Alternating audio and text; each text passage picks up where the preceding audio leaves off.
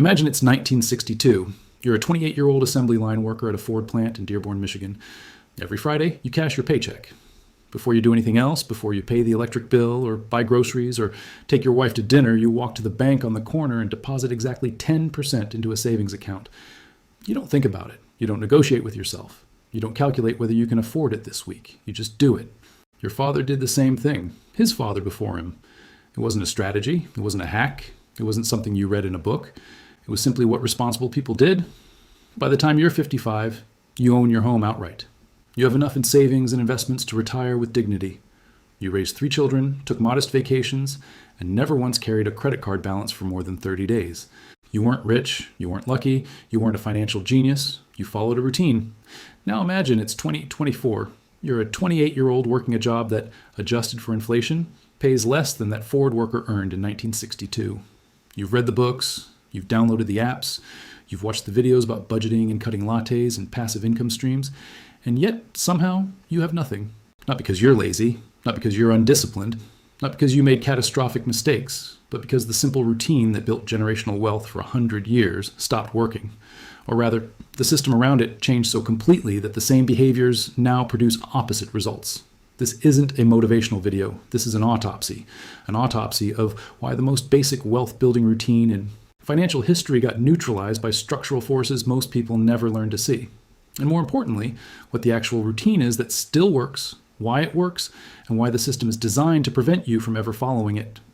Let's start with what most people believe about personal finance. The conventional story goes like this. Building wealth is primarily a matter of discipline and knowledge. If you budget carefully, spend less than you earn, invest wisely, and avoid major mistakes, you will accumulate wealth over time.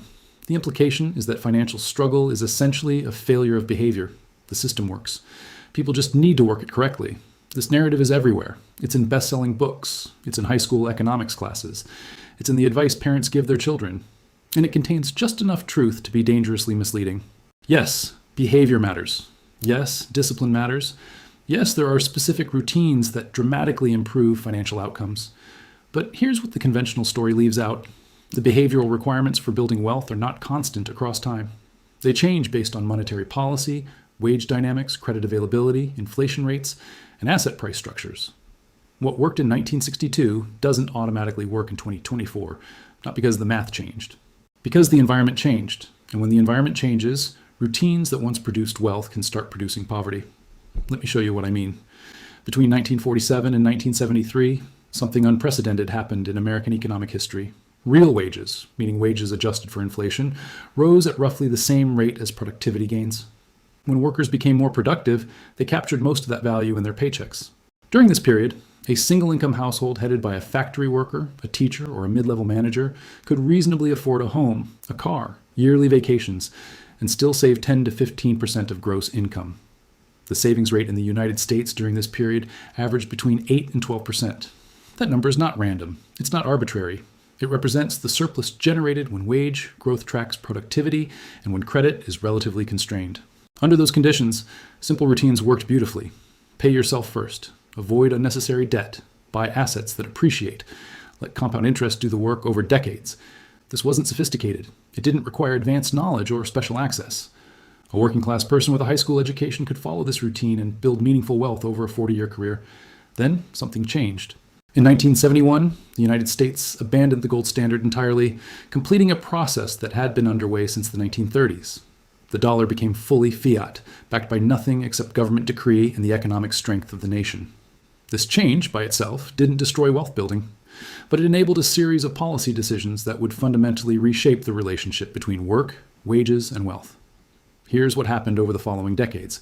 Real wage growth decoupled from productivity. Workers continued getting more productive, but the gains flowed predominantly to capital owners rather than wage earners. Between 1979 and 2020, productivity in the United States rose by roughly 60%. Real wages for non-supervisory workers rose by approximately 16%. At the same time, credit availability exploded. The financial deregulation of the 1980s and 1990s made consumer credit dramatically more accessible. Credit cards, auto loans, home equity lines, student loans, all became easier to obtain than at any point in history. And here's the crucial piece. As wages stagnated in real terms and credit became freely available, consumers began substituting debt for income. The standard of living continued rising, or appeared to continue rising, but it was increasingly financed by borrowing rather than earning. The savings rate collapsed. By 2005, the personal savings rate in the United States briefly touched zero. People were spending every dollar they earned and often more.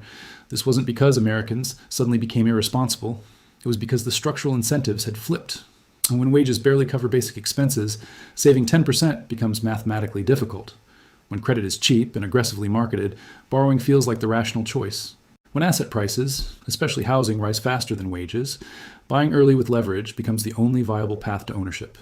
The simple routine that built your grandfather's wealth wasn't designed for this environment. The environment had changed. The routine hadn't. Now, let's be precise about the mechanics here, because this is where most financial advice falls apart. The routine that built middle-class wealth in the post-war era rested on three structural pillars. First, real wage growth. When your income rises faster than the cost of living, surplus naturally accumulates. Saving isn't a sacrifice. It's just directing the overflow. Second, constrained credit. When borrowing is difficult or expensive, you live within your means by default. The discipline is built into the system, not required as individual willpower. Third, stable or slowly rising asset prices. When a house costs roughly 3 times annual income, as it did for most of the post-war period, homeownership is achievable through steady saving. You don't need leverage or speculation. By the 1990s, all 3 pillars had eroded. Real wages were flat or declining for most workers. Credit was everywhere, cheap and aggressively marketed. Asset prices, especially housing, were rising far faster than incomes. The same behaviors that produced wealth in 1962 now produce something else entirely. A person who saved 10% of a stagnant wage while asset prices rose 8% annually would fall further behind each year. A person who borrowed to buy assets early, even at high interest rates, would come out ahead simply by riding the inflation. The system began rewarding leverage and punishing thrift. This is where it gets uncomfortable. Consider what this means for the advice people receive. Every mainstream personal finance book, every budgeting app, every YouTube video about cutting expenses, almost all of them assume the post-war framework still applies. They assume that if you just behave correctly, wealth will accumulate naturally. But that framework relied on structural conditions that no longer exist for most people. Telling someone earning a stagnant wage in an environment of rising housing costs and aggressive credit marketing to just save 10% is like telling someone in a leaking boat to just paddle harder. The advice isn't wrong, it's incomplete. It addresses behavior while ignoring environment. And here's the unsettling part. This incompleteness isn't accidental.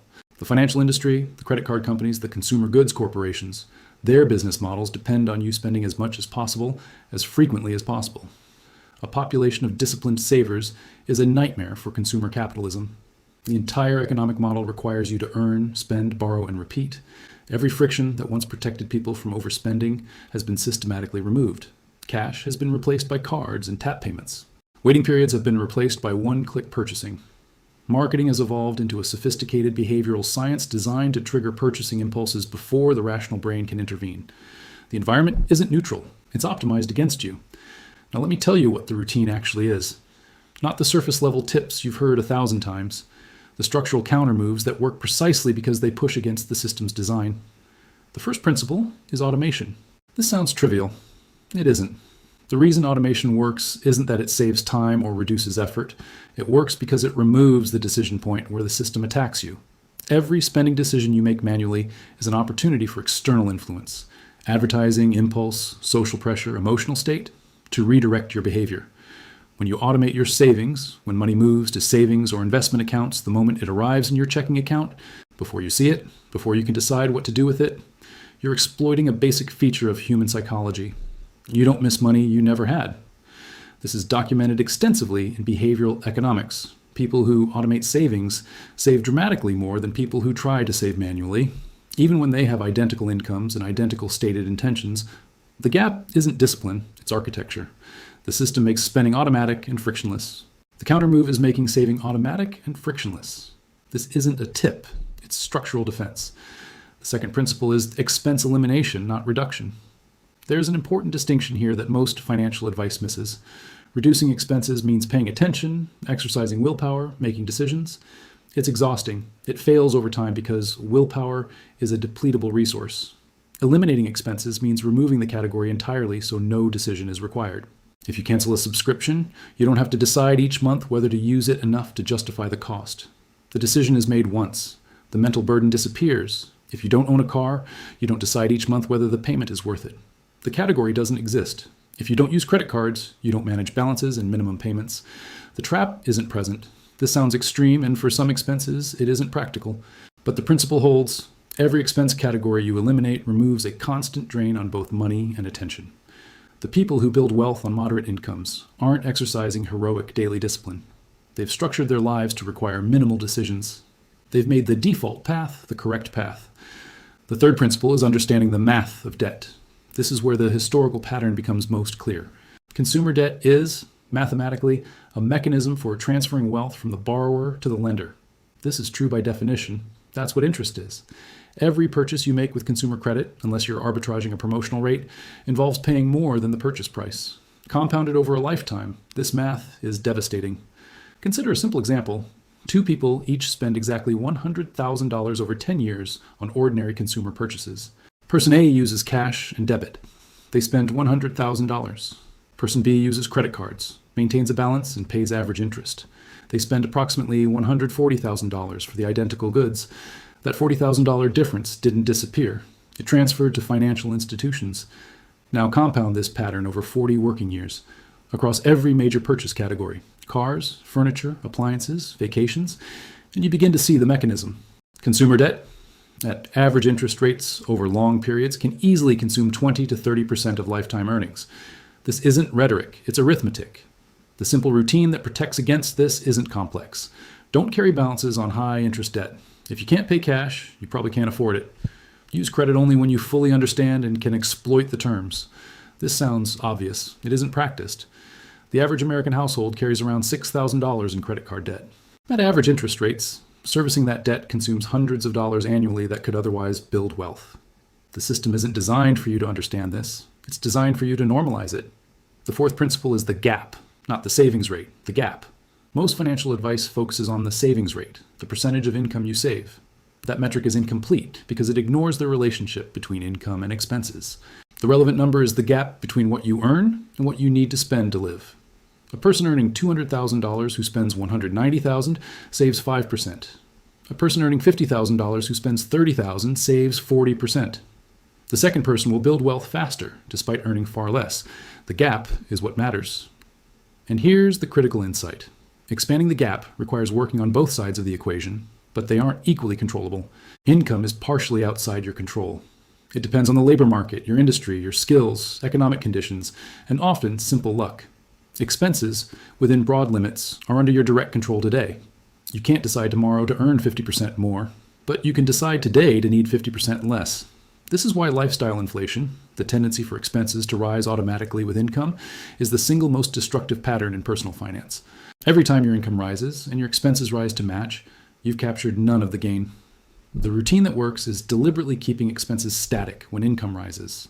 The gap expands automatically. Wealth accumulates without additional effort. The fifth principle is time. This is the irreversible constraint that no routine, no strategy, no cleverness can overcome. Compound growth, whether interest, investment returns, or skill development, is exponential over time. This mathematical fact has profound implications. Money saved at 25 has roughly 4 times the final value of money saved at 45, assuming typical market returns, not twice the value, 4 times. This means the routine that matters most isn't sophisticated, it's early. Starting early with a mediocre strategy beats starting late with a perfect strategy. The math isn't close. This is why the systematic targeting of young people by consumer marketing and credit issuers is so damaging. Every dollar a 22-year-old spends on high-interest debt isn't just gone. Its future compounded value is gone. The routine that protects against this is beginning immediately, whatever your current income, whatever your current circumstances, with whatever small amount is available. Waiting until conditions are perfect means watching years of compounding disappear. Time is the one resource you cannot recover. Let me show you what this looks like in historical context. In Japan during the late 1980s, an entire generation was told that asset prices only went up. Real estate in Tokyo became the most expensive on earth. The Imperial Palace grounds were famously valued higher than all the real estate in California. An entire generation made financial decisions based on that assumption. Then the bubble collapsed. Property prices fell 70%. The stock market fell 80%. 35 years later, neither has fully recovered to peak values. The generation that bought at the peak, following the conventional wisdom of their time, saw their wealth destroyed by structural forces they didn't understand. The lesson isn't that Japanese investors were foolish. Many were following exactly the advice that financial professionals provided. The lesson is that routines must account for structural conditions, and structural conditions change. The American system since 2008 has been characterized by extraordinary monetary intervention, suppressed interest rates, and asset price inflation. Whether that continues, reverses, or evolves into something else is unknowable. The routine that works regardless is maintaining the gap, avoiding high-interest debt, and building skills and income sources that aren't dependent on a single structural assumption. Flexibility in an unstable environment is itself a form of wealth. Consider the case of Germany between 1920 and 1923. The Weimar hyperinflation is famous, but most people misunderstand who actually suffered. The workers who received wages and spent them immediately each week were damaged, but survived. The middle class, the savers, the holders of bonds and bank accounts and fixed pensions were annihilated. A lifetime of responsible financial behavior, of following exactly the routines that had built wealth for generations, produced nothing. Savings accounts that represented decades of work became worthless in months. The lesson isn't that saving is foolish. The lesson is that routines must be adapted to the monetary environment. In a stable currency environment, cash savings work. In an inflationary environment, they're a wealth transfer to debtors and asset owners. In a deflationary environment, cash becomes more valuable over time. The simple routine that works across these environments is understanding which environment you're in and adjusting accordingly. This requires paying attention to things most people ignore: monetary policy, debt levels, currency dynamics, asset price trends. Not to trade or speculate, to understand the environment the routine operates within. There's something else the post-war framework got right that modern advice often neglects. The Ford worker in 1962 didn't view frugality as sacrifice. He didn't see saving as deprivation. His identity, his social group, his entire cultural context affirmed that living below your means was simply what responsible adults did. The modern environment has inverted this. Consumption has become identity. Brands signal status. Spending is presented as self-care or self-expression. Social media creates constant exposure to curated images of consumption that make moderation feel like failure. The routine that works against this is environmental design, not willpower. Environment. Who you spend time with, what media you consume, what triggers you expose yourself to, what defaults you set in your daily life, these shape behavior far more than intentions. A person surrounded by frugal peers, disconnected from advertising, with automated savings and minimal access to credit, will build wealth almost automatically. A person surrounded by spenders, immersed in marketing, with frictionless access to credit and money sitting in a checking account, will struggle even with identical income and intentions. The routine isn't just financial, it's environmental. You're not building habits. You're constructing an environment where the default behavior is correct. Let me be precise about what this routine actually looks like in practice. First, you calculate your true expenses, not what you think you spend, but what actually leaves your accounts over a 3-month period. Most people have never done this. The numbers are usually shocking. Second, you identify which expense categories can be eliminated entirely, not reduced. Subscriptions you don't use, categories of spending that don't align with your actual values, fees and interest payments that serve no purpose. Third, you determine the minimum you can survive on, your baseline. This is your floor, the amount below which your life becomes genuinely unworkable. Fourth, you determine your current income after taxes. The gap between your baseline expenses and your income is your wealth-building capacity. This number matters more than your income, your education, your job title, or any other variable. Fifth, you automate the gap. Whatever that gap is, 10%, 30%, 50%, it moves immediately upon receipt of income to accounts you don't see and don't touch. Sixth, you live on what remains. That's it. No complex budgeting, no daily tracking, no willpower exercises, architecture over behavior, environment over intention. The reason this works isn't philosophical, it's mathematical and psychological. Mathematically, compound growth on consistently invested amounts over time produces exponential results. This is inviolable. Psychologically, removing decisions removes the opportunity for failure. The system attacks you at the point of decision. Remove the decision, remove the attack. This routine worked in 1920. It worked in 1962. It works in 2024. It will work in 2050. Not because the economic environment is the same. It isn't. But because the core mechanisms, compound growth, behavioral architecture, the gap between income and expenses, are constant across environments. The specific implementation changes. The principle doesn't. Here's what nobody tells you about this routine. It doesn't feel like victory. It feels like absence. You won't feel wealthy. You'll feel like you have less than people around you. The consumption markers that signal success, the car, the wardrobe, the vacations, will be absent or modest. Wealth doesn't announce itself. Assets don't display. Financial security is invisible. The person driving the least luxury car has high visibility and often negative net worth. The person driving the used economy car might have $1 million in assets. You can't tell by looking. This is why the routine is psychologically difficult. You're giving up visible status for invisible security. Every instinct shaped by advertising and social media pushes against this. The routine requires understanding, at a deep level, that displayed wealth and actual wealth are often inversely correlated. The people who look rich frequently aren't. The people who are rich frequently don't look it. One more historical example. In the Soviet Union, official salaries were low and largely equal, but the system was characterized by chronic shortages. The people who prospered, relatively speaking, weren't those who earned the most rubles. They were those who had access, connections, and skills that couldn't be measured in currency. When the system collapsed in 1991, the people with practical skills, international connections, and real assets survived the transition. The people who had faithfully accumulated rubles found them worthless.